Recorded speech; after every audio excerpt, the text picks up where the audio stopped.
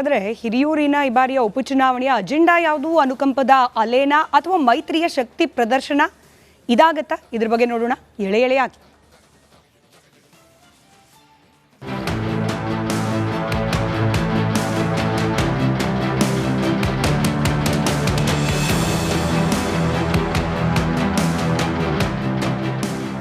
ಹಿರಿಯೂರು ವಿಧಾನಸಭಾ ಕ್ಷೇತ್ರದ 2008ರಿಂದ 2023ರವರೆಗಿನ ಚುನಾವಣಾ ಇತಿಹಾಸವನ್ನು ಗಮನಿಸಿದರೆ ಹಿರಿಯೂರು ಕ್ಷೇತ್ರವು ಯಾವುದೇ ಒಂದು ಪಕ್ಷಕ್ಕೆ ಸದಾ ಬೆಂಬಲ ನೀಡಿದ ಕ್ಷೇತ್ರ ಅಲ್ಲ.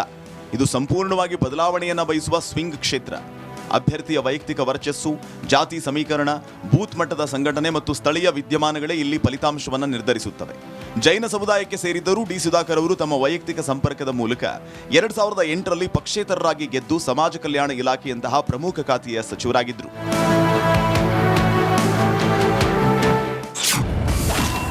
ತಂದೆಯ ಪರಂಪರೆ ಮುಂದುವರಿಸಲು ಮಗನ ಪ್ರವೇಶ. ಅನುಕಂಪದ ಅಲೆಯಲ್ಲಿ ಕಾಂಗ್ರೆಸ್ಗೆ ಬಲದ ಆಶಯ.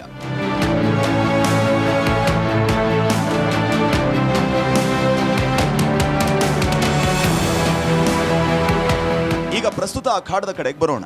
ಕಾಂಗ್ರೆಸ್ ಪಕ್ಷದಿಂದ ಅಭ್ಯರ್ಥಿ ಯಾರಾಗಬಹುದು ಅನ್ನೋ ಚರ್ಚೆಯಲ್ಲಿ ಮೊದಲ ಹೆಸರು ಕೇಳಿ ಬರ್ತಾ ಇರೋದು ಡಿ ಸುಧಾಕರ್ ಅವರ ಪುತ್ರ ಸುಹಾಸ್ ಸುಧಾಕರ್. ಸುಹಾಸ್ ಈಗಾಗಲೇ ಕ್ಷೇತ್ರದಲ್ಲಿ ತೀವ್ರ ಸಕ್ರಿಯರಾಗಿದ್ದು ಕಾರ್ಯಕರ್ತರ ಹಾಗೂ ನಾಯಕರ ಸಭೆಗಳನ್ನು ನಡೆಸ್ತಾ ಇದ್ದಾರೆ.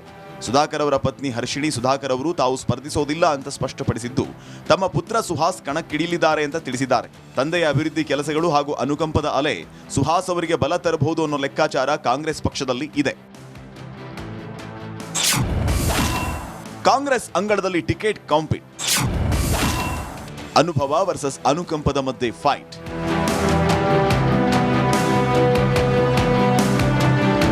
ಕಾಂಗ್ರೆಸ್ ಅಲ್ಲಿ ಕೇವಲ ಸುಹಾಸ್ ಸುಧಾಕರ್ ಹೆಸರು ಮಾತ್ರ ಇಲ್ಲ. ಕಳೆದ ಬಾರಿಯ ಎದುರಾಳಿ ಮಾಜಿ ಶಾಸಕಿ ಕೆ ಪೂರ್ಣಿಮಾ ಕೃಷ್ಣಪ್ಪ ಅವರ ಹೆಸರು ಪ್ರಮುಖವಾಗಿ ಕೇಳಿ ಬರ್ತಾ ಇದೆ. ಗೊಲ್ಲ ಸಮುದಾಯದ ಪ್ರಭಾವಿ ನಾಯಕಿಯಾಗಿರುವ ಪೂರ್ಣಿಮಾ ಅವರಿಗೆ ಕ್ಷೇತ್ರದಲ್ಲಿ ತಮ್ಮದೇ ಆದ ಗಟ್ಟಿ ಬೆಂಬಲ ಇದೆ. ಇವರ ಜೊತೆಗೆ ಆರ್ ಮಂಜುನಾಥ್, BH ಮಂಜುನಾಥ್ ಸೇರಿದಂತೆ ಹಲವು ಸ್ಥಳೀಯ ನಾಯಕರು ಕಾಂಗ್ರೆಸ್ ಟಿಕೆಟ್ ಆಕಾಂಕ್ಷಿಗಳಾಗಿದ್ದಾರೆ.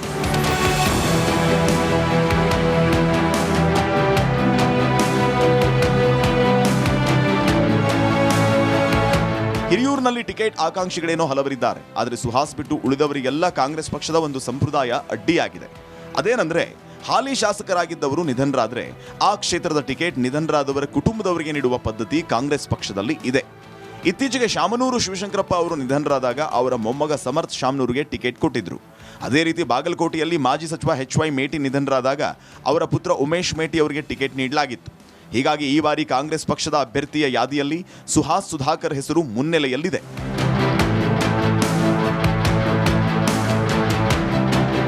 ಬಿಜೆಪಿ ಮತ್ತು JDS ಮೈತ್ರಿಕೂಟದ ಅಭ್ಯರ್ಥಿಯಾಗಿ ಮಾಜಿ ಶಾಸಕ GH ತಿಪ್ಪಾರೆಡ್ಡಿ ಅಥವಾ ಅವರ ಪುತ್ರ ಡಾಕ್ಟರ್ ಸಿದ್ಧಾರ್ಥ್ ಗುಂಡಾರಪ್ಪಿ ಅವರ ಹೆಸರುಗಳು ಚರ್ಚೆಯಲ್ಲಿದೆ. ಇದರ ಜೊತೆಗೆ ಕೇಂದ್ರ ಸಚಿವ HD ಕುಮಾರಸ್ವಾಮಿ ಅವರು ಹಿರಿಯೂರು ಕ್ಷೇತ್ರವನ್ನು JDSಗೆ ಬಿಟ್ಟುಕೊಡುವಂತೆ ಪಟ್ಟು ಹಿಡಿದಿದ್ದಾರೆ ಎನ್ನಲಾಗಿದೆ. JDS ತನ್ನ ಸಾಂಪ್ರದಾಯಿಕ ಮತ ಬ್ಯಾಂಕ್ ಆಧಾರದ ಮೇಲೆ ಸ್ಪರ್ಧೆ ಮಾಡೋದಕ್ಕೆ ಬಯಸಿದ್ದು, ಕಳೆದ ಬಾರಿ 38,000ಕ್ಕೂ ಹೆಚ್ಚು ಮತ ಪಡೆದಿದ್ದ M ರವೀಂದ್ರಪ್ಪ ಅಥವಾ ನಿಖಿಲ್ ಕುಮಾರಸ್ವಾಮಿ ಅವರ ಹೆಸರುಗಳು ಬೆಂಬಲಿಗರ ವಲಯದಲ್ಲಿ ಹರಿದಾಡ್ತಾ ಇದೆ.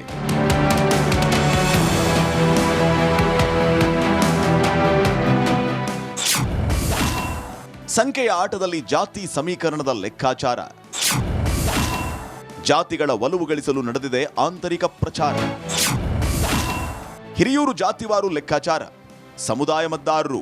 ಹಿರಿಯೂರು ವಿಧಾನಸಭಾ ಕ್ಷೇತ್ರದಲ್ಲಿ ಅತಿದೊಡ್ಡ ಸಮುದಾಯ ಅಂದರೆ ಅದು ಕಾಡುಗೊಲ್ಲ ಸಮುದಾಯ. ಹಿರಿಯೂರಿನಲ್ಲಿ ಕಾಡುಗೊಲ್ಲ ಸಮುದಾಯದ ಬರೋಬ್ಬರಿ 55,000 ಮತದಾರರಿದ್ದಾರೆ.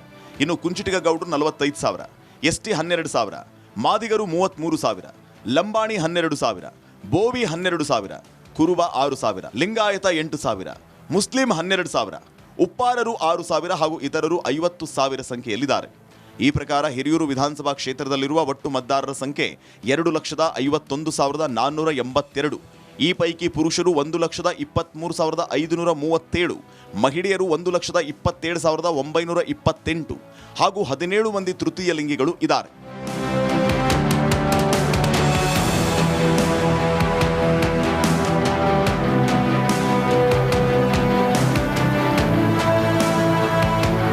ಈ ಜಾತಿ ಲೆಕ್ಕಾಚಾರ ಅರಿತಿರುವ ಕೇಂದ್ರ ಸಚಿವ V Somanna Hiriyur by election ಘೋಷಣೆಗೆ ದಿನಗಣನೆ ಆರಂಭ ಆಗಿರೋ ಹೊತ್ತಲ್ಲೇ ಕೇಂದ್ರ ಗೃಹ ಸಚಿವ ಅಮಿತ್ ಶಾ ಅವರಿಗೆ ಪತ್ರ ಬರೆದಿದ್ದಾರೆ.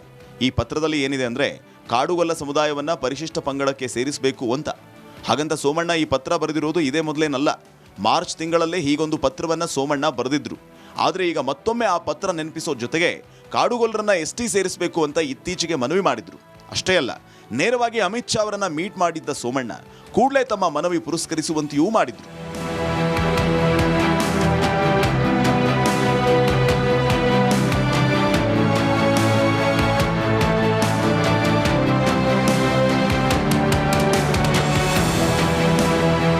ಹಿರಿಯೂರಿನಲ್ಲಿ ಗಣನೀಯ ಸಂಖ್ಯೆಯಲ್ಲಿರುವ ಕಾಡುಗೊಲ್ಲ ಸಮುದಾಯದ ವೋಟ್ ಬ್ಯಾಂಕಿನ ಮೇಲೆ ಕಣ್ಣಿಟ್ಟು ಚುನಾವಣಾ ಕಾರ್ಯತಂತ್ರದ ಭಾಗವಾಗಿ ಸೋಮಣ್ಣ ಅಮಿತ್ ಶಾ ಜೊತೆ ಚರ್ಚೆ ನಡೆಸಿದ್ರು.